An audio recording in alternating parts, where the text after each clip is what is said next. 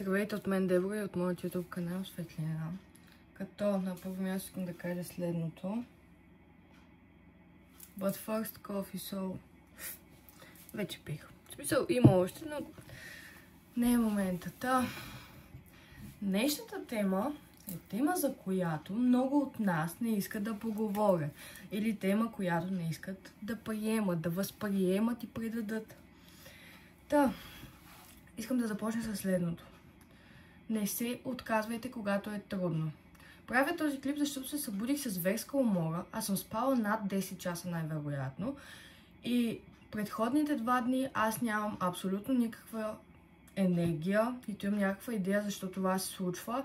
Да седна, да пиша, да уча, каквото и да е. Аз нямам енергия. На моменти бях, окей, може би не е моето, окей, няма смисъл, ще го махна. Но, какви са тези щуроти, Дебора? Мозъкът те базика. Това е твоето нещо. Ще го направиш твое. И ще седнеш да учиш. И ще се справиш. Целият поинт за този клип е следния.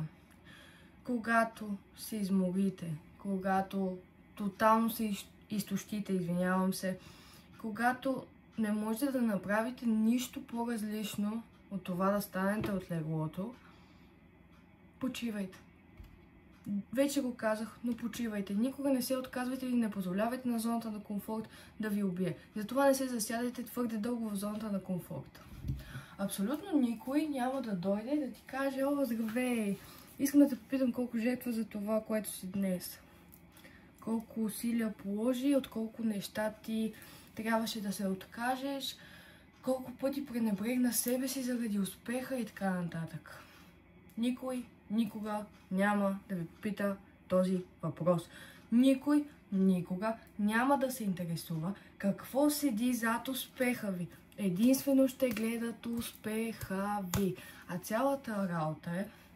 Даже сега не знам какво да покажа. Ще покажа това. Ето, това е успеха ви. Даже ето. Това е успеха ви. Това ще е всичко, което ще видят те. Даже... Знаете ли какво?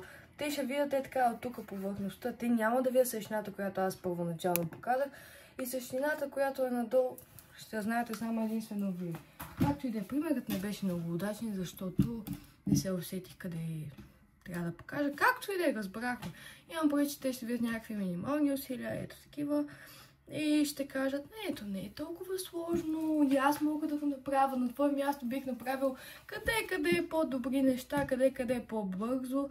Но нека не забравяме, че всеки си върви с темпото. Никой не може да ви каже колко време да ви отнеме дадено нещо. Никой не може да ви каже, че това е лесно, че това е такова, онакова, дори за него самия да е. Но тук идва другото нещо.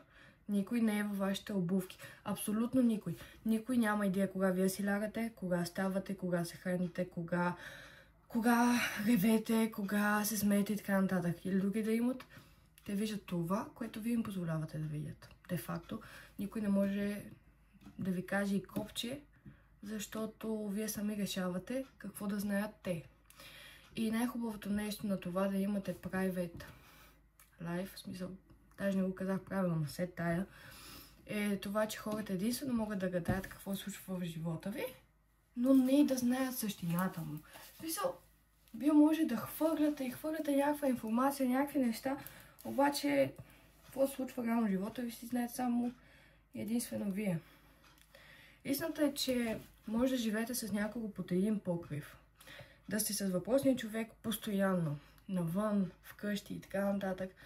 И той отново няма да има идея какво се случва с живота ви. Единствено ще може да гадае.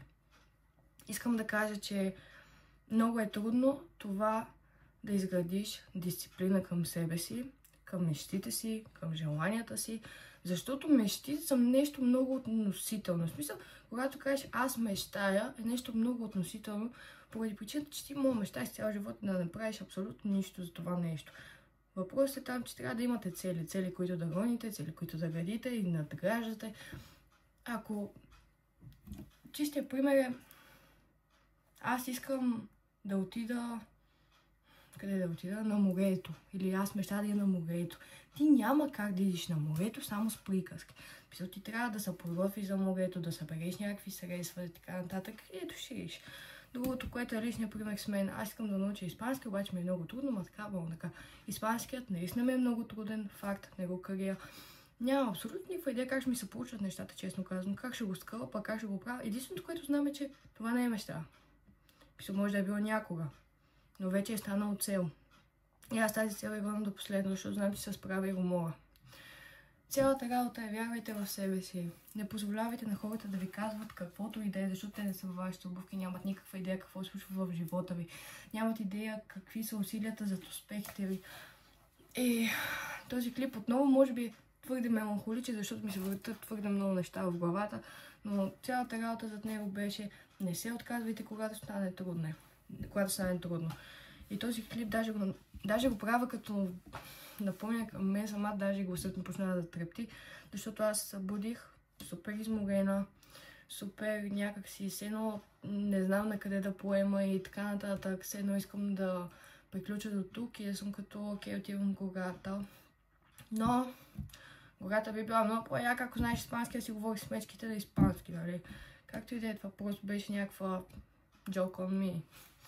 Та, искам да кажа, зоната на комфорт ще ни убие, но дисциплината ще ни изгради като хора. И другото, което е, не се обяснявайте на абсолютно никого, защото абсолютно никого няма да ви разбере. Не и напълно.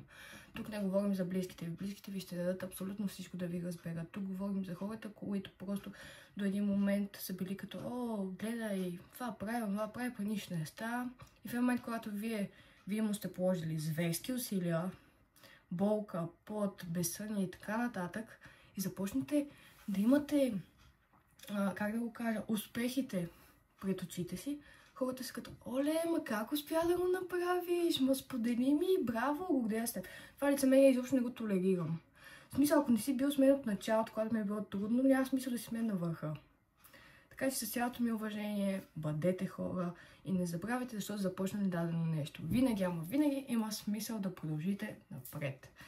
И когато е трудно, почиваме, не се отказваме. Чао, чао!